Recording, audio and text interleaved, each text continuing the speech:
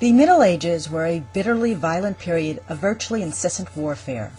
Battles, sieges, military assaults, and armed raids were commonplace. Close combat at this time was energetic, intense, and invariably brutal.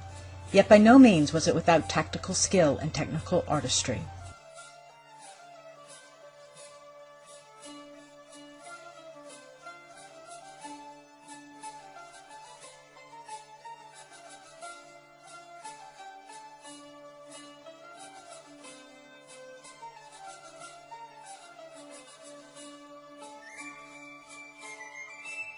The battlefield of the later Middle Ages and early Renaissance was a dangerous and horrifying place.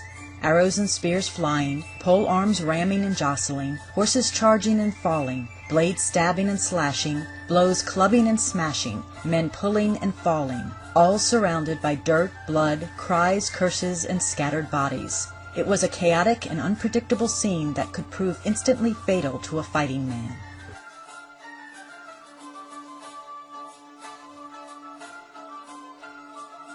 No training could truly prepare an individual for all this.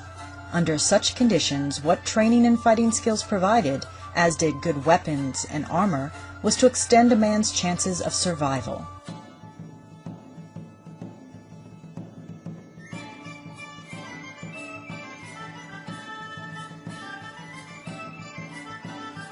The nature of close combat in these eras is not difficult to comprehend. This was a time where, for earnest self-defense, the displaying of form was never a greater concern over the lethality of practical function. As with most battles, single duels, and sudden assaults, personal combat was a violent physical activity, savage, vicious, and usually unforgiving, yet not without its moments of chivalric fair play and merciful honor.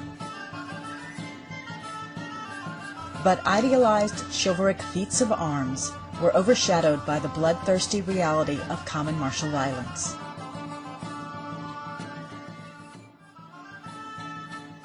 It was this way because of the simple truth that men fighting for their lives, or filled with the fury of battle, are not often easily slain or deterred.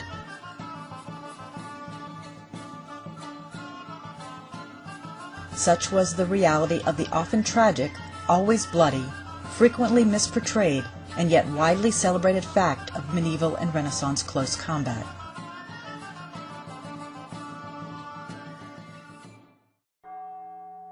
This was particularly so for knightly judicial duels, the formal single combats of both legal and religious consequence, which often served to resolve both civil and criminal cases. More so than regulated tournament displays of fighting prowess with blunt weapons, such duels, even if not to the death, were fiercely contested. The necessity for an armored combatant to avoid defeat and take out his rival demanded substantial training, conditioning, and discipline. His close-fitting, technically ingenious armor, designed to face a diversity of weaponry, was light, agile, and virtually invulnerable to the cutting blows of bladed weapons. It was from such a medieval tradition of judicial single combat that the Renaissance duel of honor was to later develop. By the early 1500s, new military realities led to both innovations in methods of warfare as well as revivals of ancient martial science.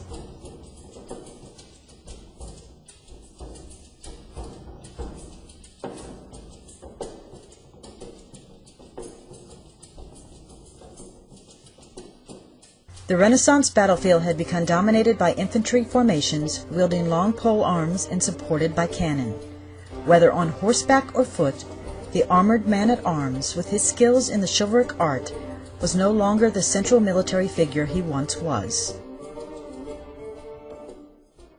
The transformation of warfare by firearms and the breakdown of the old feudal order also limited the fighting man's traditional avenues for both redress of personal grievance and exhibition of martial skill. The result was an explosion in the popularity of dueling, first as an augment of common street fighting and vendetta brawling, and later for private affairs of reputation and honor. Into this environment, the systematic study of fencing grew to emphasize urban self-defense and private duel. Fighting arts took on a more civilian dimension. Social and technological changes accelerated experimentation in fighting arts, and civilian schools of fence and public fighting guilds proliferated. Traditional military skills did not vanish entirely. Yet modern emphasis on the history of chivalric tournaments and the later formal duel of honor have tended to obscure the larger context of urban combat and the general armed violence inherent in the age. The romanticized view of gentlemen defending their reputation and character is dwarfed by accounts of sudden assaults, vicious armed ambushes, gang wars, and general street fighting among all social classes.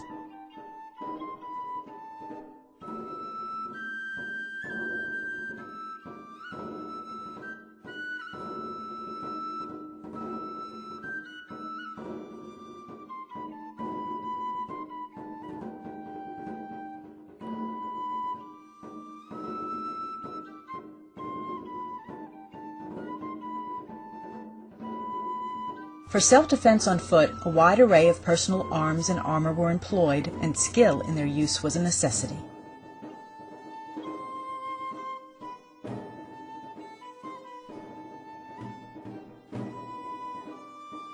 But following their medieval legacy, with each generation, experienced fighting men discerned, discovered, and invented fighting techniques that became a system, a discipline, and a tradition.